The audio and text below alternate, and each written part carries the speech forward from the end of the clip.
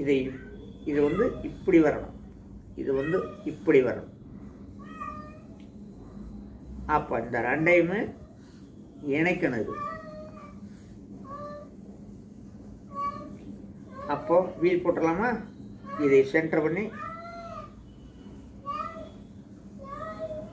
ஓவலாக வருது, அப்படிதான் வரும். நம்ம சரி பண்ணணும், அவ்வளோதான். அப்போ இதை நீட்டி விட்டு சீட்டி, அவ்வளோதான். இதை நீட்டணுமா? ஹேண்டில் பார் பெல்லு வேணாலும் வச்சுக்கலாம், இவ்வளோதான். அப்போது இது